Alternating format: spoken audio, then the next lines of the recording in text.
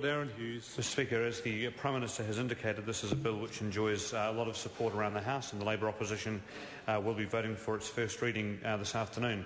The Prime Minister has indicated that this legislation is intended to act as a standalone legislative framework for the Office of Governor-General. That recognises, sir, the very important role that position holds in New Zealand's unwritten constitution.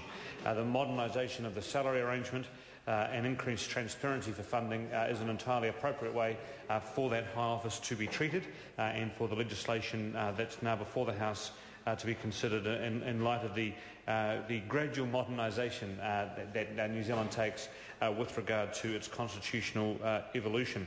As Mr Key mentioned, this was a decision or a recommendation that came from the Law Commission, which was set up by the previous, not the Commission, but the work of the Commission was set up by the previous government, and that recommendation came back at the end of last year, and the Minister of Justice, Mr Power, has ensured that the recommendation of the Law Commission could be turned into a nice tidy bill for the Prime Minister to use because he's always so busy doing many other things, bouncing from cloud to cloud. There wouldn't be time to be able to come up with a piece of legislation like this if it wasn't for the workhorse in the government, the Minister of Justice. And in that respect, I note, sir, that when Prime Ministers occasionally change position and abandon previously strongly held positions, often it's the workhorse of the Cabinet that steps into their shoes, as we saw in the Australian example just recently. So if I was Mr Key, I would be looking Rudd-like at Mr Power when it came to any matter at all about the changing of any constitutional positions whatsoever. So this is a piece of legislation which has been, in a way, preceded by other countries in the Commonwealth.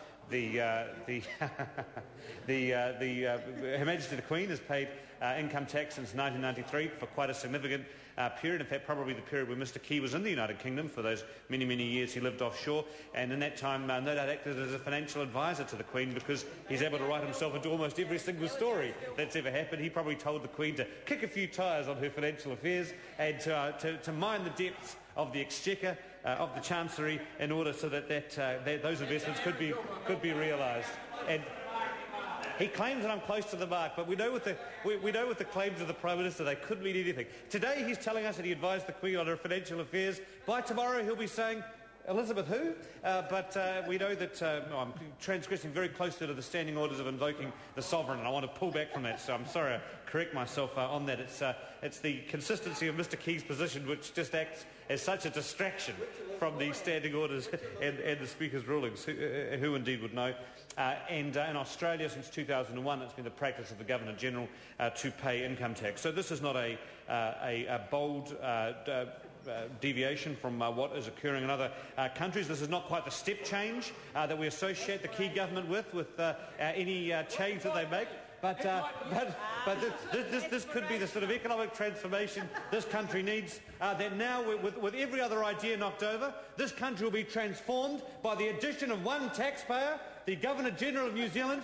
Mr Key has charged into the House of Representatives today with a new bold plan, that the Governor-General will pay tax and our country will never be the same again as a result of this additional taxpayer making a contribution to IRD. I think that's probably as close as a step change as we're getting to turbocharge the economy. And in fact, if I recall, it was during the speech from the throne that His Excellency was forced to use the words turbocharge the New Zealand economy. Remember the summer of late 2008, early 2009, when the office of Prime Minister was such an easy job to do, when people hung on every word, they laughed at every joke. It was an easy job in those days. Much different at question time today, when any little interjection on the Prime Minister, he stopped dead in his tracks, and he looked over in a sort of almost pouting-like way at the opposition, as to say, this isn't fair. This used to be my stage where I got to say whatever I wanted. But the problem for the Prime Minister is that things keep adding up. The cycle way was going to transform the economy. We were going to be the financial hub for China and for all the financial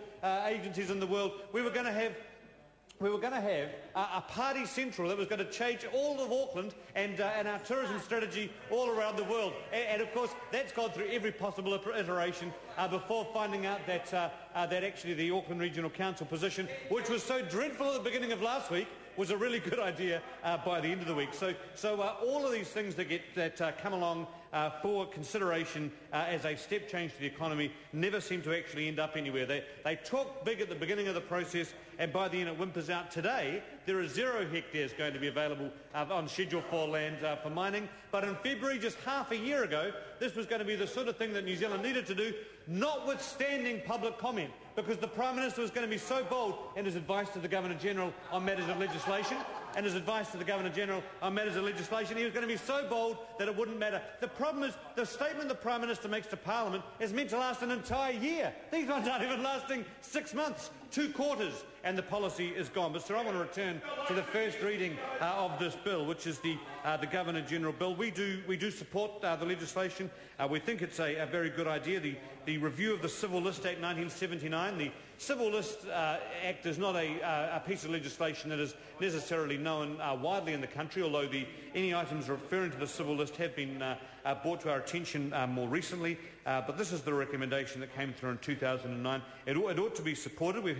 This office is an important one constitutionally. It's been held by some extremely distinguished New Zealanders who have served our country well, and I know that the present Governor-General, although we don't bring him into debate obviously, but I do note that he is in support of these measures as well, and I think that's important to put on the record of the House. So the Prime Minister has gone through the other technical aspects of the bill, which are not worth canvassing again, but there will be support for the Labour opposition to send this to the Select Committee. We're keen for the debate to be short, because we don't want the government's position to change by the conclusion of the debate, and I think therefore the best thing we can do is hurry up and pass its first reading.